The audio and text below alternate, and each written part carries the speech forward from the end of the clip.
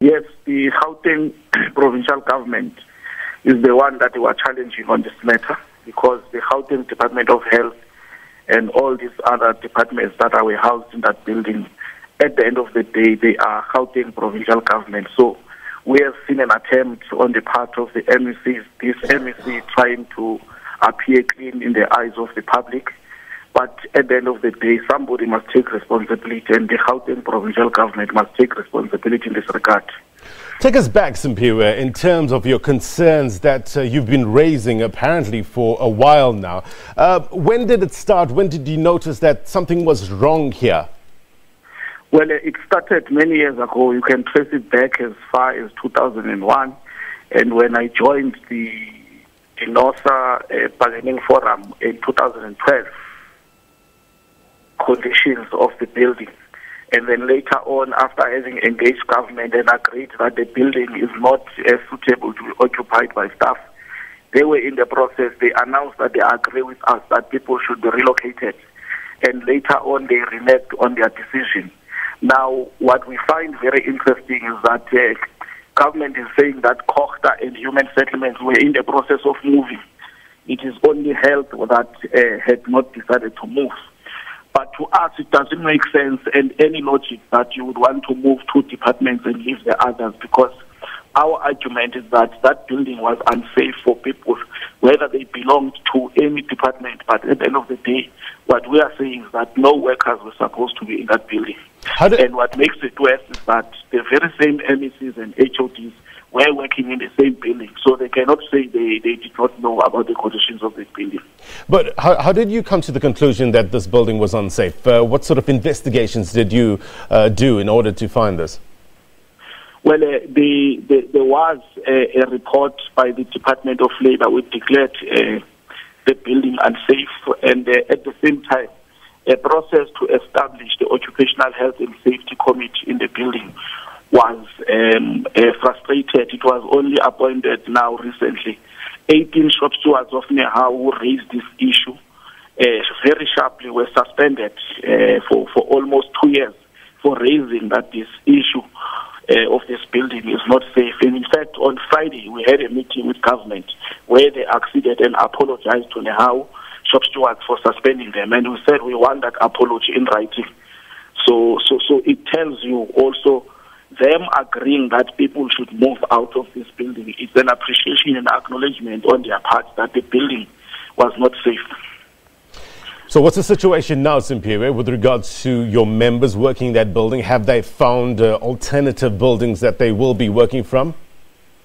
Well, on the meeting that we had on Friday, we placed in front of the government very firm demands where we've said that we don't want members to report to anywhere. They must be given first compassionate leave, given trauma counseling, and any attempts to find alternative accommodation should involve the unions. We want to be part of any alternative accommodation that will be found for these workers, so that we can be able to satisfy ourselves that the conditions are safe.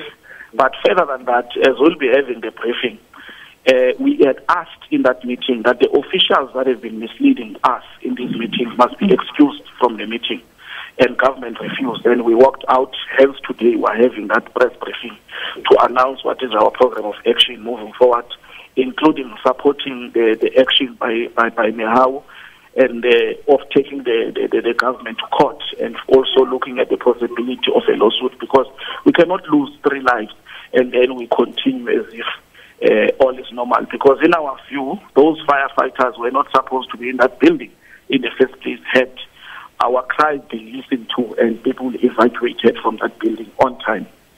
Yeah, I know you're having this media briefing a little later on, but give us a heads up. What can we expect? What are you calling for? Well, we would be also releasing, because there's this semantics that the government wants to play will be released, because now they are distancing themselves from the officials that were in that multilateral who would have misled us. We want to release the proof that in the multilateral they had taken a decision to renege. But what is interesting is that taxpayers' money was used to refurbish a building which was intended to relocate the staff that was working at Bank of Lisbon. And after that taxpayers' money was used, then people made a U-turn. So There was also fruitless expenditure, and people should be held accountable. So those are some of the things that we'll be talking to. But what we are also going to finalize is that how do we then move forward and open criminal charges? Because in our view, the 3 firefighters, we consider them as having been murdered by negligence of government. So we want to open a case that must give justice to those firefighters.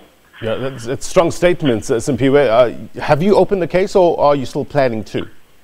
Our plan is that after the press conference, once we agree and also informed by the legal advice that we are seeking, we then are able to then open that case. You know, earlier on you spoke about trauma counseling for your members. Just give us a sense of how they're coping with all of this. Well, they are traumatized, very traumatized. I mean, you can imagine. For instance, myself, one time I was in that building for a meeting. I got stuck in the lift for almost an hour. So you can imagine if you are trapped on the 23rd floor or on the 22nd floor, how it would be difficult for you to even access the lift because the lift was problematic, and how to then evacuate. So they are having, some of them that we spoke to have informed us that they can't even sleep at night.